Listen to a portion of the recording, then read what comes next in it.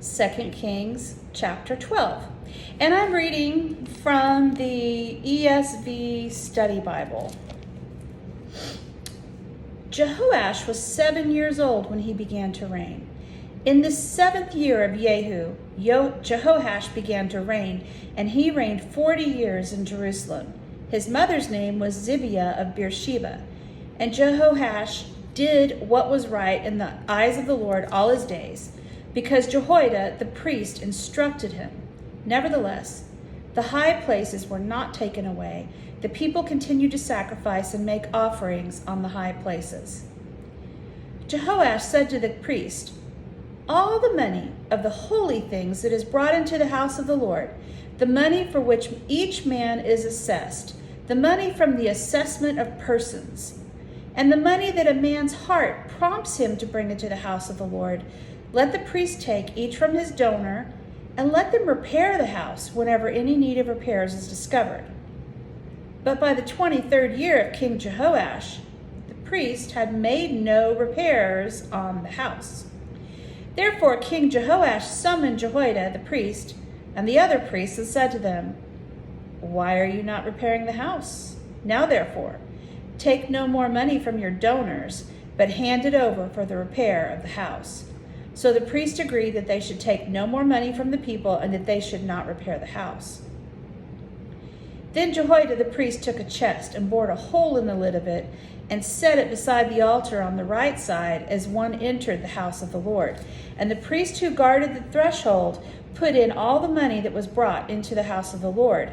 And whenever they saw that there was much money in the chest, the king's secretary and the high priest came up, and they bagged and counted the money that was found in the house of the Lord.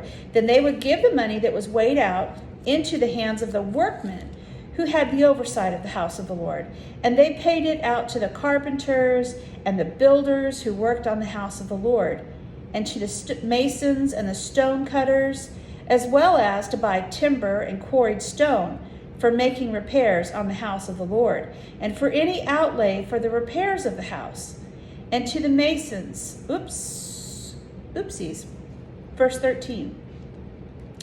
But there were not made for the house of the Lord basins of silver, snuffers, bowls, trumpets, or any vessels of gold or of silver from the money that was brought into the house of the Lord, for that was given to the workmen who were repairing the house of the Lord with it. And they did not ask for an accounting from the men into whose hand they delivered the money to pay out to the workmen, for they dealt honestly. The money from the guilt offerings and the money from the sin offerings was not brought into the house of the Lord. It belonged to the priests. At that time, Hazael, king of Syria, went up and fought against Gath and took it.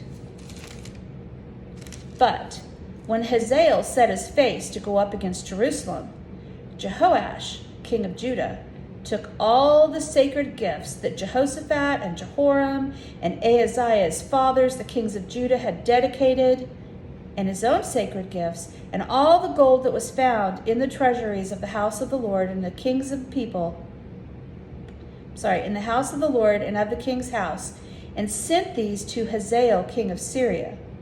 Then Hazael went away from Jerusalem. Now, the rest of the acts of Joash and all that he did, are they not written in the book of the Chronicles of the kings of Judah? His servants arose and made a conspiracy and struck down Joash in the house of Millo on the way that goes down to Silla. It was Jozachar, the son of Shemaeth, and Jehozabad, the son of Shomer, his servants, who struck him down so that he died. And they buried him with his fathers in the city of David, and Amaziah, his son, reigned in his place.